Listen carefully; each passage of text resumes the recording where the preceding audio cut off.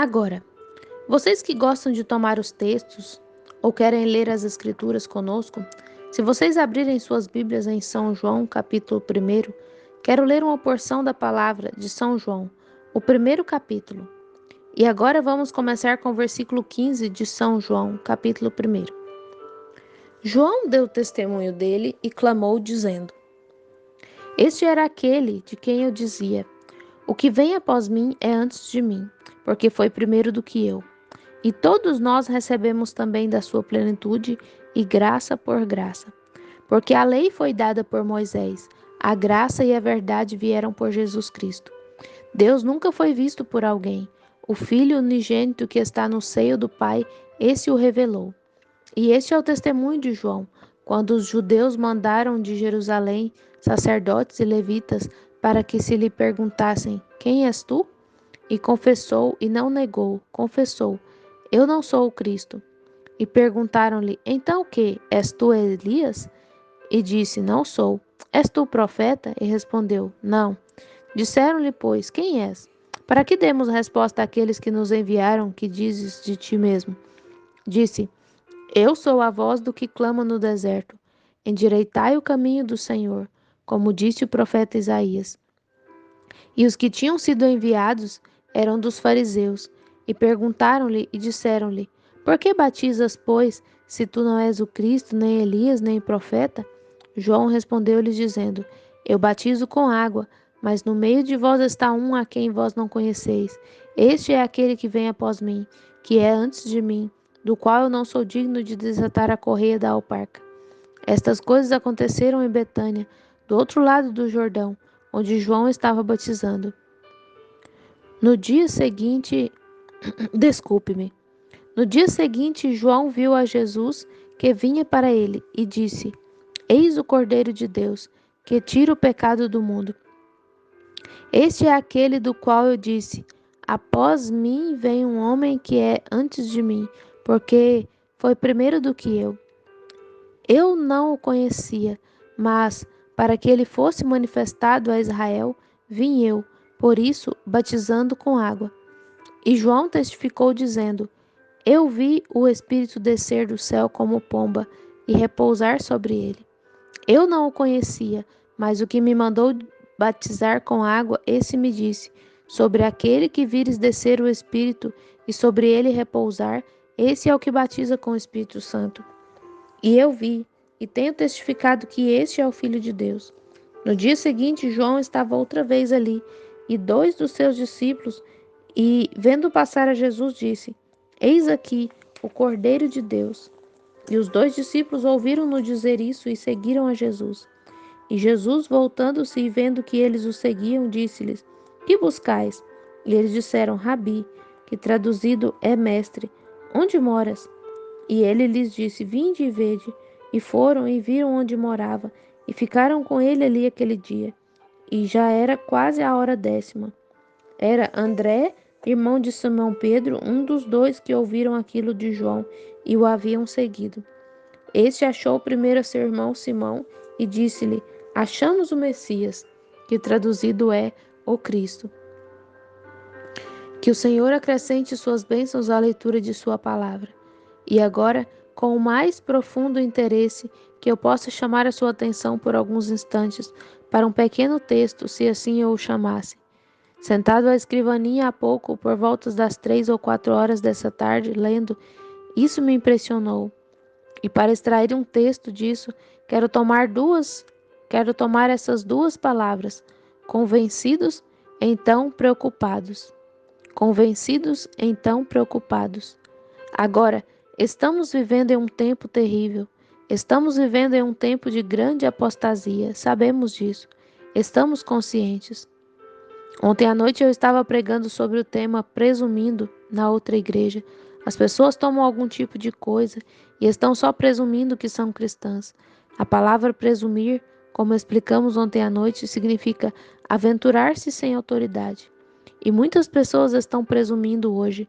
Bem, eles dizem: Eu fiz isso e aquilo, eu me uni à igreja, fui submergido na água, presumo que sou um cristão. Isso não vai funcionar. Você não pode presumir. Você tem que ter certeza do que você é, vem? Você realmente tem que saber que é um cristão. Então, hoje eu me sinto diante de... Nossa nação tem mais membros cristãos do que a nação jamais teve. Mas você sabia que no ano passado, de acordo com as estatísticas, que não há nenhum seminário, é uma mera comparação com o ano anterior, mas todos os outros seminários, escolas ou escolas bíblicas tiveram uma queda no contingente de ministros. É onde os jovens, com chamados em suas vidas para ir ao campo e coisas assim, vão para seu treinamento e assim por diante. Como eles ficavam na fila para se matricularem nas escolas e agora você mal consegue persuadi-los a se matricularem. Há algo errado em algum lugar, vem? Eu creio de todo o coração, sem nenhum... Espero não estar falando nada errado, mas creio que seja por falta de interesse, preocupação. Não há preocupação suficiente. Há muita preocupação em fabricar a bomba atômica, muita preocupação em fabricar a bomba atômica, muita preocupação sobre quem vai chegar à Lua primeiro. Eu não estou importando em chegar à Lua, eu quero chegar ao céu. É onde eu quero chegar.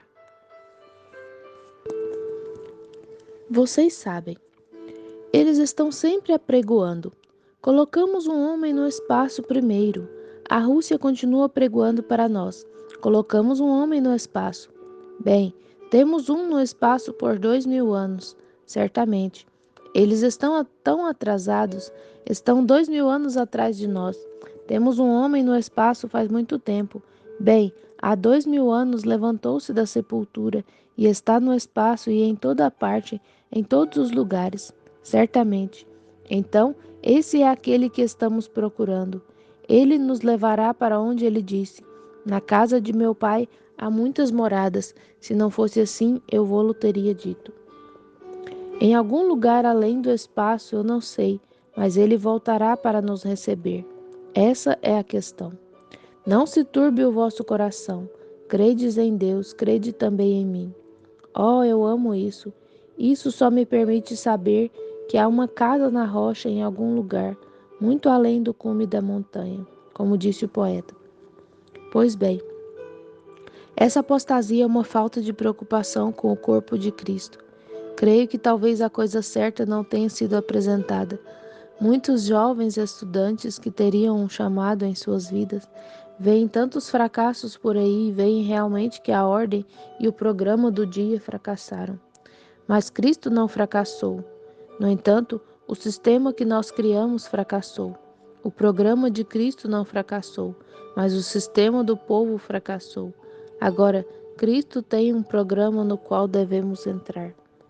Agora, poderíamos ficar muito tempo nessas poucas escrituras e coisas que eu gostaria de falar. Mas, para nos apressarmos, vamos começar agora e voltar ao livro de Isaías e começar com a primeira vez que João foi chamado de uma voz que clama no deserto, cerca de 712 anos antes de seu nascimento. E quando Zacarias, seu pai, um sacerdote em seus dias, era um ministro no templo do Senhor, e ele e sua esposa Isabel eram de idade avançada. E o Espírito Santo veio a Zacarias e o abençoou e lhe falou a respeito da criança, como todos nós sabemos. Mas deve ter sido uma coisa estranha e um sentimento no coração daquele casal de idosos quando este filho prometido chegou. E sua fala, ele havia ficado mudo até o momento em que pronunciou seu nome, de acordo com a palavra de Deus. Vem? A palavra de Deus é tão perfeita, porque nem um pequeno jota ou tio pode passar de modo algum.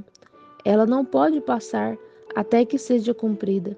Jesus está vindo, e ele está vindo para uma igreja sem mancha nem ruga, e nenhuma palavra ou mínima parcela dela jamais falhará. A igreja estará nessa condição quando Jesus vier. Eles estão esperando por nós. Agora, observe que Zacarias e Isabel, como eram de idade já bem avançada, eles sabiam que não seriam capazes de viver o tempo de vida suficiente para ver seu filho, o que Deus tinha reservado para ele.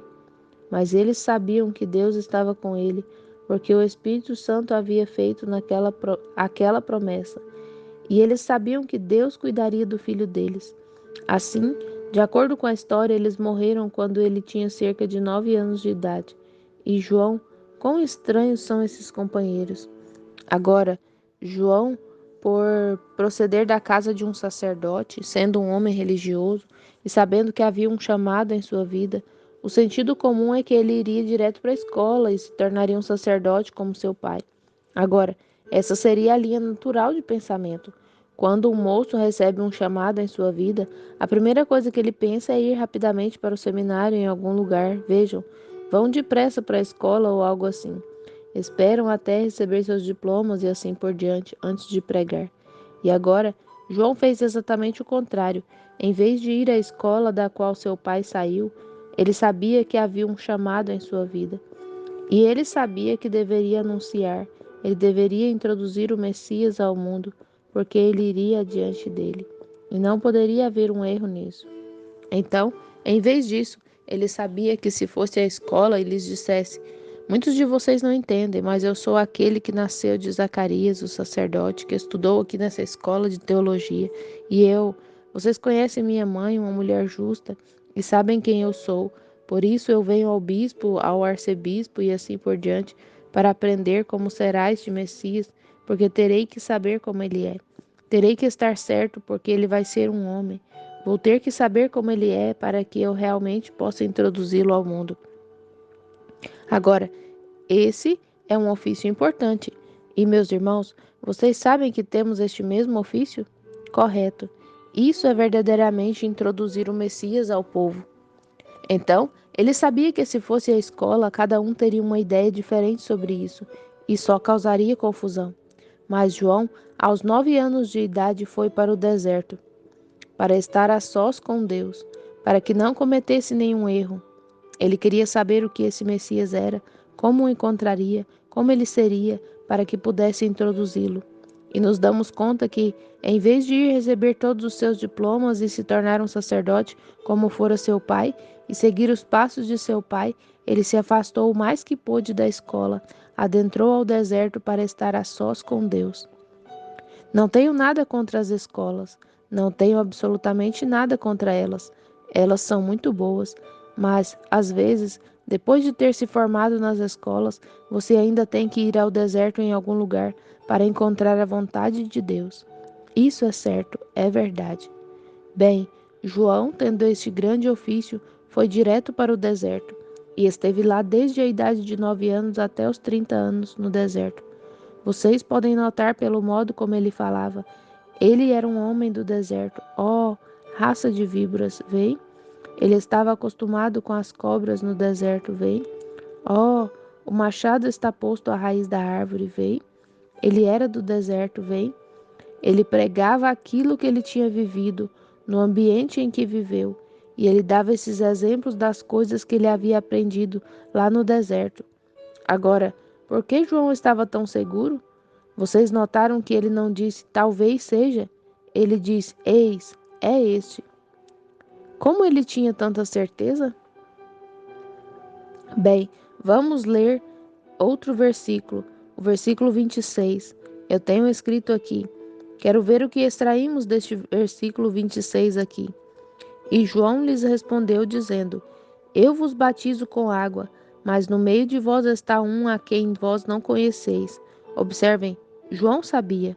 Como João estava tão certo de que, bem no meio daquele grupo de pessoas, em algum lugar de pé ali, estava o Messias? Mas no meio de vós está um a quem vós não conheceis. Ele vos batizará com o Espírito Santo. Vem? Ele o conhecia. Por quê? Porque o tempo estava próximo. Irmãos, o tempo está próximo. Vale a pena ao cristão não apenas se unir à igreja ou depender de algo, uma manobra, alguma sensação ou algo assim, mas ter certeza de que está certo. Agora, hoje em dia temos tantas coisas. Alguns admitem que é pela escolaridade, outros admitem que é pelo ensino de credos, outros admitem que é por pequenas sensações estranhas. Alguns admitem que é por diversas coisas, o que não tenho nada contra isso, está tudo bem. Mas não é disso que estou falando. Você pode ter isso e sem ter a coisa real, vê? E isso é o que estamos tentando dizer. Temos que estar certos, porque o tempo está próximo para o verdadeiro derramamento do Espírito Santo. Ele prometeu que o derramaria nos últimos dias. Pois bem, há muitas pessoas que dizem: se você tremer, fique de olhos fechados, faça todo tipo de coisas e tenha sensações. Você recebe espíritos, amigo. Mas se sua vida não corresponde ao que você está professando, então há algo errado com o espírito que você recebeu. Vem? E isso é verdade, vem? Você deve estar certo. O Espírito Santo produzirá uma vida santa, isso é certo. E se os desejos do seu coração, se você tiver que se forçar constantemente, tentar pressionar para fazer o que é certo, todavia você continua faminto pelas coisas do mundo, então há algo errado, vê? O Espírito Santo em você não terá fome do mundo, terá fome de Deus. Se é difícil para você ir à igreja e se força para vir quando a igreja se abre, há algo errado com esse espírito. Está tentando mantê-lo longe de Deus. O Espírito de Deus o conduzirá diretamente para a igreja toda vez que as portas se abrirem para o companheirismo. Sim, Senhor, vê? Então você tem que estar certo disso agora. O tempo está próximo. Agora, João sabia que o tempo estava próximo. Então ele disse: há um aqui em algum lugar entre vós que vós não conheceis. Ele também não o conhecia naquela ocasião. Caso contrário, ele teria dito: aqui está ele, ou ali está ele. Esse é ele de pé ali. No entanto, se João tivesse ido à escola, provavelmente teria apontado uns 50. Mas veja, João havia frequentado uma escola diferente. João havia estado diante de Deus. Foi revelado a João por Deus, exatamente a palavra de Deus, como seria o Messias. Por isso, ele estava esperando para ver o sinal do Messias. Ele queria ver onde o Messias estava. Deus prometeu: eu confirmarei o Messias para você. Eu lhes digo agora: se quiserem a escritura para isso, será um sinal escriturístico. Versículo 33. Vamos tomar o versículo 33 aqui e ler. João 1:33. Agora, observe. E eu não o conhecia, mas o que me mandou a batizar com água, esse me disse: sobre aquele que vires descer o Espírito e sobre ele repousar, esse é o que batiza com o Espírito Santo. Vê? Ali estava Deus. Ele queria estar seguro de que não haveria confusão a respeito disso. Deus disse: João, vou te dar um sinal. E quando você vir este sinal sobre ele, isso vai provar que esse é ele. João declarou: ele está aí em algum lugar, mas eu ainda não o conheço. Mas assim que ele viu o Espírito Santo descendo e pousando sobre ele, ninguém mais viu, exceto João. Pense nisso. O Espírito Santo desceu na forma de uma pomba e repousou sobre Jesus. Ninguém viu, a não ser João, porque a promessa tinha sido feita a João. Agora, se houver um incrédulo aqui que não crê no batismo do Espírito Santo e disser: eu simplesmente não creio, você nunca saberá nada sobre isso. Você diz: eu não creio em cura divina, não consigo ver que isso esteja correto. Certamente você não pode, não, Senhor. Mas aquele que crê é para os crentes. Aquele que tem fome em seu coração por ver Deus, esse vê. Ninguém. Aqueles homens que estavam com Paulo não viram a luz pairando sobre Paulo. Eles não viram a luz, mas foi tão real para Paulo a ponto de lhe tirar a visão. Era tão brilhante que cegou os olhos de um homem que estava ali olhando para ela, e os outros que estavam por ali nem sequer puderam vê-la. Então, vejam, ela é enviada para aqueles que creem e estão prontos para recebê-la. Os sábios, Os magos do Oriente seguiram a estrela por 2 anos, atravessando o rio Tigre, percorrendo as planícies, e vieram desde a Arábia até a Índia. Chegaram em Jerusalém, seguindo aquela estrela. E ela passou por todos os observatórios, e nenhum deles escreveu nada sobre ela. Não a viram, mas eles a viram. Portanto, eu creio nessa noite que o Espírito Santo está aqui. Está aqui para aqueles que estão destinados a recebê-lo, para aqueles que creem, para aqueles que estão esperando por ele. Está aqui para resolver cada um de seus problemas espirituais. Está aqui para curar cada pessoa doente que estiver aqui. Está aqui. Mas você tem que vir e entrar na atmosfera dele e na atitude para recebê-lo. Você tem que vir, não desenvolver um estado emocional. Você tem que vir com base na fé em uma promessa que Deus fez. Isso o faz. Isso é o que faz. Ele estava esperando para ver aquele sinal, para que ele pudesse anunciá-lo. E assim o fez.